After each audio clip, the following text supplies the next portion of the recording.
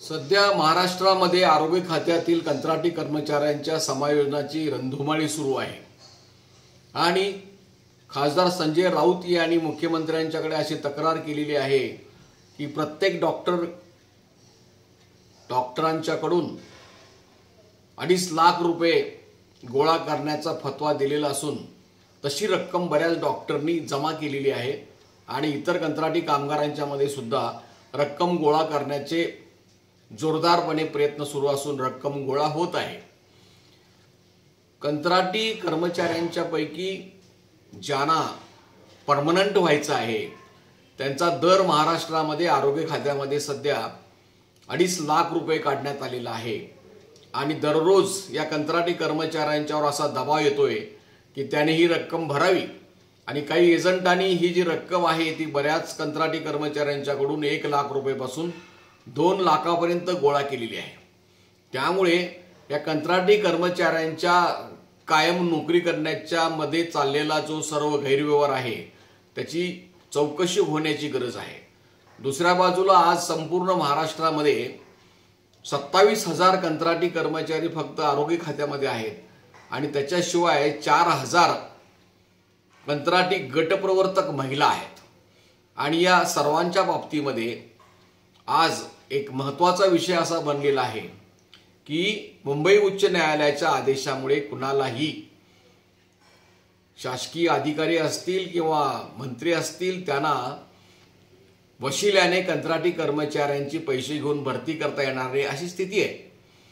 कारण सुप्रीम कोर्टाच्या निकालाच्या उमादेवीच्या निकालाच्या आधारावर 40 गावामधल्या डाटा ऑपरेटर्सनी मुंबई उच्च न्यायालयामध्ये केस दाखल केलेली होती। त्या केसचा निकाल 2022 मध्ये झालेला आहे आणि त्या केसच्या संदर्भामध्ये ज्या कंत्राटी कर्मचाऱ्यांची 10 वर्षे पूर्ण झालेली असतील कंत्राटी म्हणून त्यांना कायम करावं, त्यांचं समायोजन करावं याच्याबद्दल महाराष्ट्र शासनाने निर्णय करावा असे मुंबई उच्च न्यायालयाने आदेश दिलेले आहेत।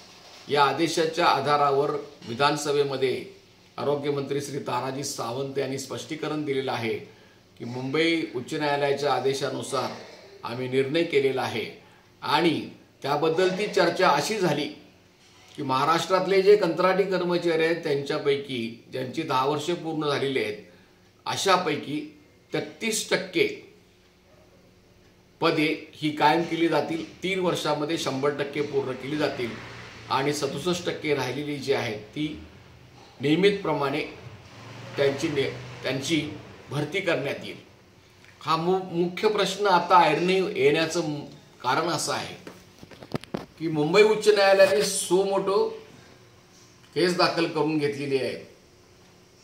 जी PIL जी दाखल केलेली आहे जनहित याचिका, त्याचं कारण हे आहे की नांदेड, संभाजीनगर आणि ठाणे या ठिकाणी जो रुग्णांचा मृत्यू झाला त्याला कारण अपुरा कर्मचारी पुरवठा आणि औषधांची कमतरता ही 2 कारणे त्यांनी गृहीत धरलेली आहेत आणि याच्याबद्दल महाराष्ट्र शासनाला उत्तर द्यावं लागणार आहे की त्यांनी ही हजारो पदे अजून का भरलेली नाहीत। दिलेल्या माहितीनुसार किंवा विधानसभेमध्ये झालेली जी चर्चा आहे आमदारांना दिलेल्या उत्तरामध्ये फक्त चतुर्थ श्रेणीमधील 12,000 पदं रिक्त आहेत आणि सर्व पदांचा विचार केला तर ही सर्व कंत्राटी कर्मचारी असून सुद्धा सरकार या कंत्राटी कर्मचाऱ्यांना कायम करण्याच्या ऐवजी मध्ये 6 महिन्यामध्ये त्यांनी असा प्रयत्न केला की आणखीन लाखो कामगार कंत्राटी पद्धतीने त्यांची भरती करायची आणि ते जे कंपन्या असतील, एजंट असतील त्यांना त्यांचं उखळ पांढरं करायचा असा प्रयत्न होता। परंतु त्याच्याबद्दल सरकारची बदनामी झाली आणि झक मारत सरकारला तो कंत्राटी करण्याचा निर्णय मागे घ्यावा लागला।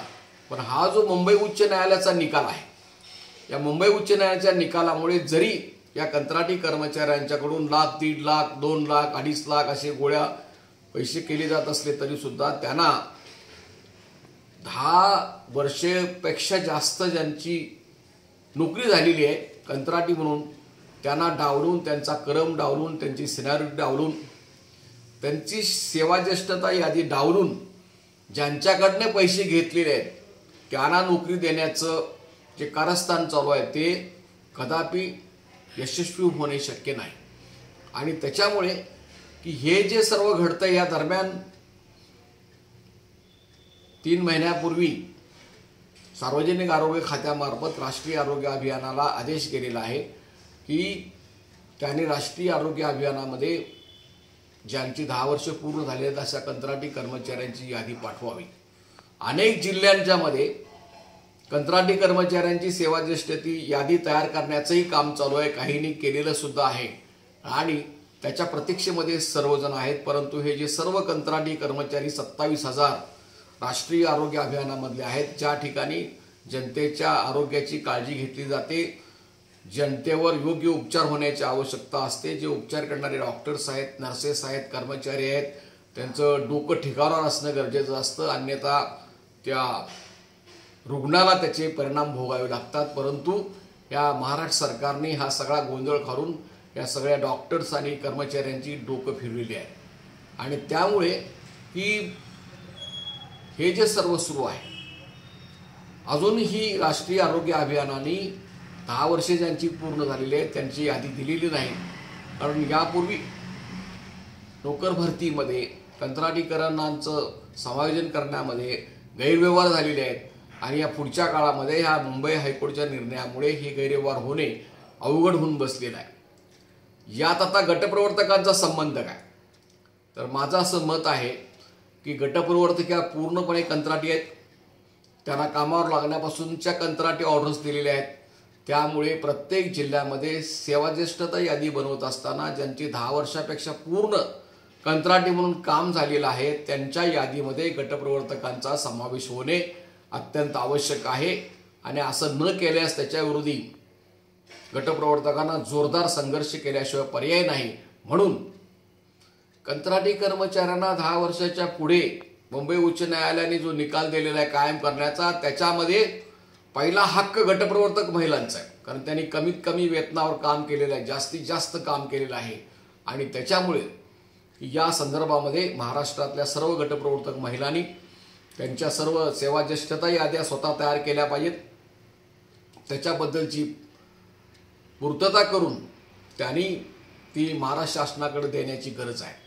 फक्त 400 गटप्रवर्तक महिलांनी आरोग्य भवनमध्ये जाऊन ठिय्या आंदोलन केल्यानंतर जर पत्र मिळू शकतं तर परत एकदा आपल्याला या प्रश्नाबद्दल तीव्र आंदोलन करण्याची गरज आहे। सध्या जरी आशा गटप्रवर्तकांचा संप मिटला असला, त्याच्यानंतर कंत्राटी कर्मचाऱ्यांनी आंदोलन केलेलं आहे, त्याच्यानंतर आता अंगणवाडी कर्मचाऱ्यांचा संप सुरू आहे, आरोग्य व्यवस्थेमधील हे सगळं जे सुरू आहे त्याला सरकार न्याय द्यायला कर्मचाऱ्यांना तयार नाही।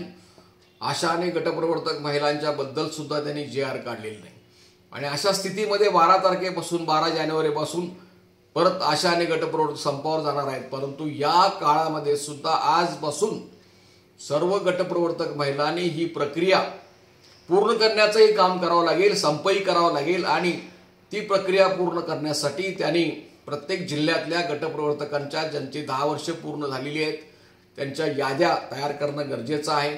त्याचबरोबर इतर राज्यांच्या मध्ये ज्या ठिकाणी कंत्राटी कर्मचाऱ्यांच्या वेतनाबद्दलचे निर्णय झालेले आहेत, समायोजनाचे निर्णय झालेले आहेत, त्यांनी ज्यांची 3 वर्षे पूर्ण झालेली आहेत त्यांना वैधानिक कंत्राटी कर्मचारी संबोधलेला आहे, त्यांच्यासाठी स्वतंत्र वेतन प्रक्रिया असेल, सूत्रता असेल, श्रेणी असेल ती धरून सुद्धा त्यांचं वेतन दिलेलं आहे। ज्यांची 7 वर्षे 5 वर्षे पूर्ण झालेली आहेत त्यांना कायम कर्मचाऱ्यांच्या प्रमाणे समान कामाला समान वेतन दिलेलं आहे। तर हे जे सर्व सुरू आहे यामध्ये गटप्रवर्तक महिलांनी सुद्धा आता त्या कंत्राटीच आहेत, त्याच्या सगळ्या ऑर्डर्स आपण बघितलेले आहेत, त्या सगळ्या ऑर्डर्स आपण 3 नोव्हेंबर रोजी आरोग्य भवन येथे आम्ही दिलेले आहेत आणि हे सर्व असल्यामुळे की यापुढे गटप्रवर्तकांनी संपूर्ण महाराष्ट्रामध्ये 4000 महिलांची सूट घडवून आणली पाहिजे। खऱ्या अर्थानं कंत्राटी कर्मचाऱ्यांचे सर्व अधिकार सुद्धा त्यांना मिळाले पाहिजेत।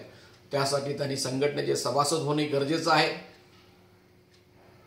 महाराष्ट्रामध्ये किंवा देशामध्ये जो ट्रेड युनियन कायदा आहे त्यानुसार सर्व कामगारांचं हे कर्तव्य आहे की त्यांनी आपल्याला आवडणाऱ्या युनियनचे सभासद व्हायला पाहिजे आणि कामगार संघटनेचं हे कर्तव्य आहे की जे त्यांचे सभासद होणार नाही आणि ते इतर कोणत्या संघटनेचे सभासद होत असतील तर त्यांना आम्ही सोडून दुसऱ्या संघटनेचे सभासद होऊ नका असा म्हणण्याचा सुद्धा नैतिक अधिकार नाही आणि डॉक्टर बाबासाहेब आंबेडकरांनी घडवलेल्या घटनेच्या तत्वाविरुद्ध सुद्धा ते मत आहे।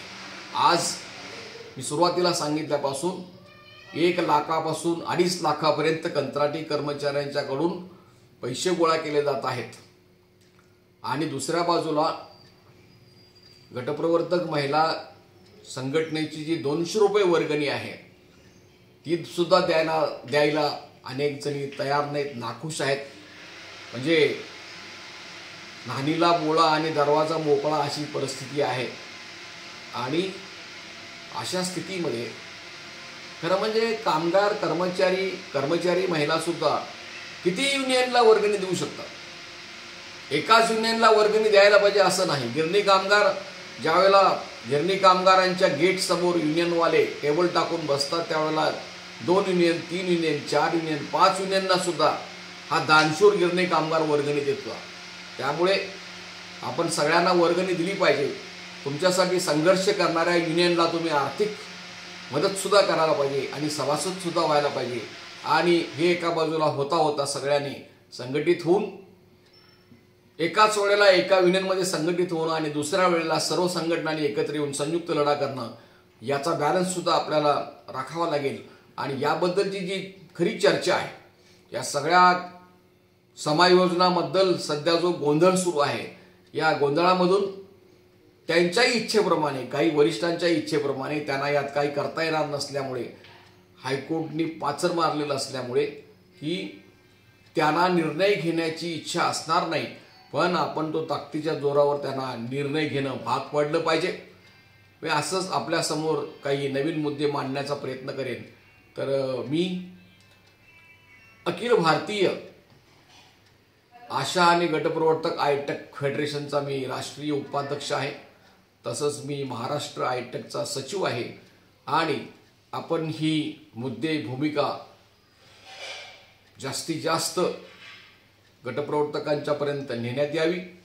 या मुद्द्यांच्या बद्दल आपले काही मतभिन्नता असेल काही सांगायचं असेल तर जरूर आपण संपर्क करावा असे आवाहन करून मी आजचे मुद्दे पूर्ण करीत आहे। धन्यवाद।